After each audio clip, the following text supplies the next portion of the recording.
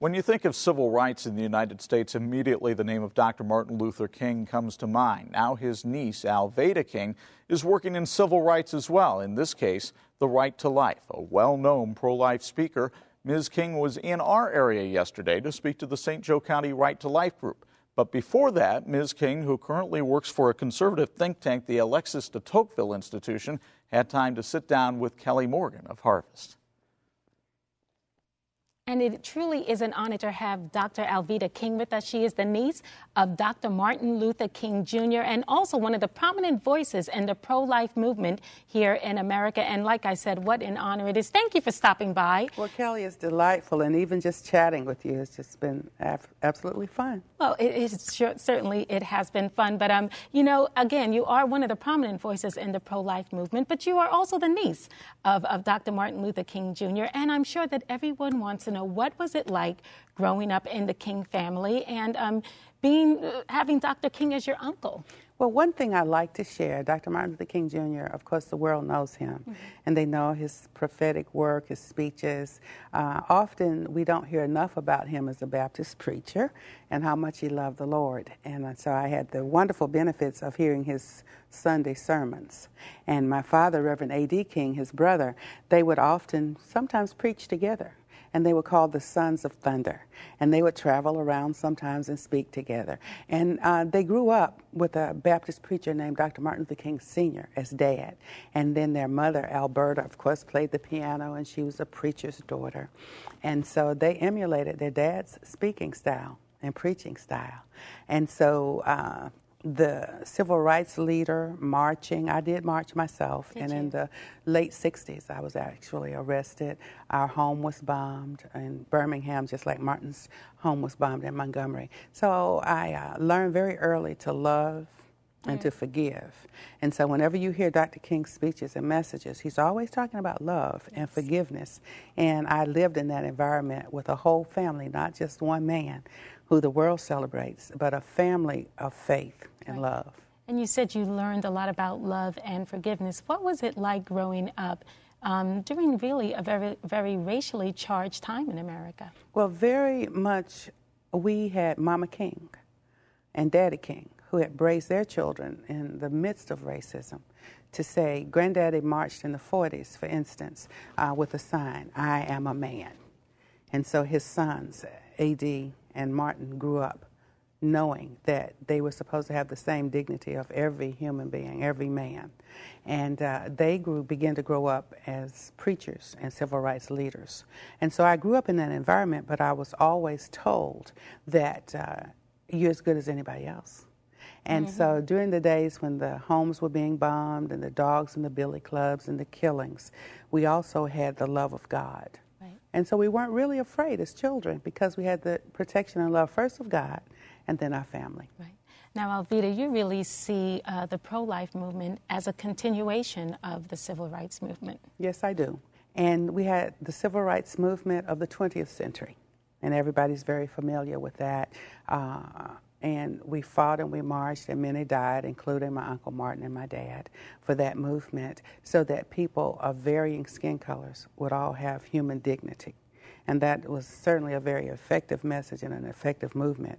However, now in the 21st century, we have another whole group of people who's being persecuted and oppressed, and they're the little babies in the womb. And I have a friend over at an organization called LEARN, Dr. Johnny Hunter, and he says womb lynching is just as bad as using a noose in a tree. Wow, it truly is. Now, you have personally been touched by abortion. Would you mind sharing your story with us?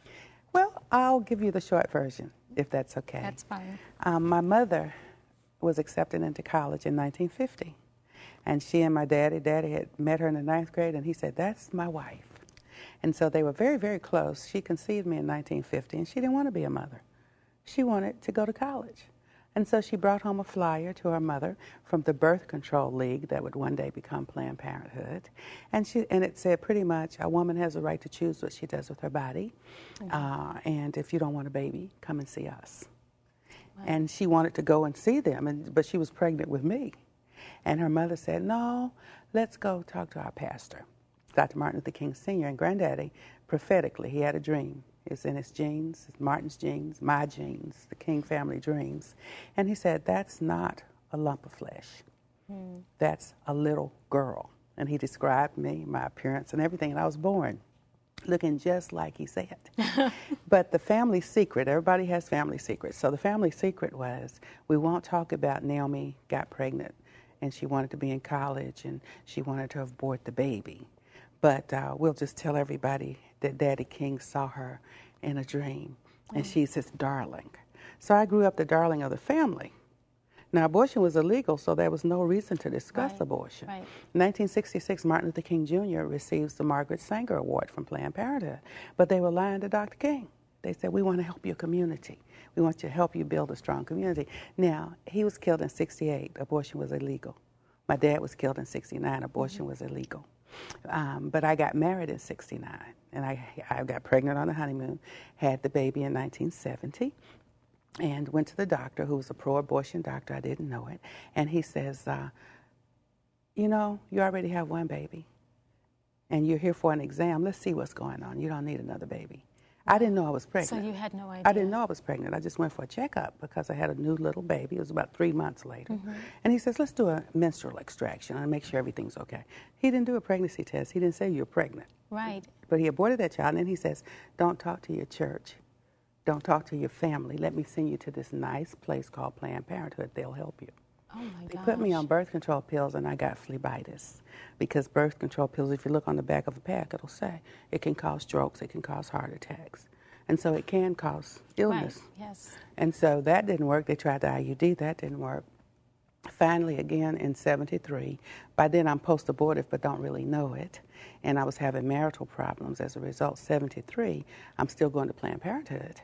Roe versus Wade passed on January 22nd, my birthday, and I'm having problems, and I'm pregnant again. And they said, well, let us help you. We've got a legal procedure now. It won't hurt as bad as pulling a tooth.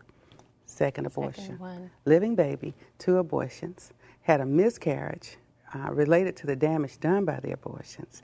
Mid-70s, I get pregnant again, and the father of that baby was a medical student.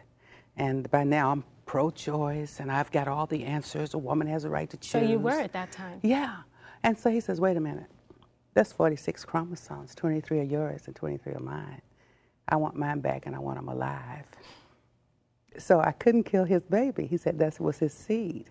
Daddy King agreed. He says, no, that's my grandchild.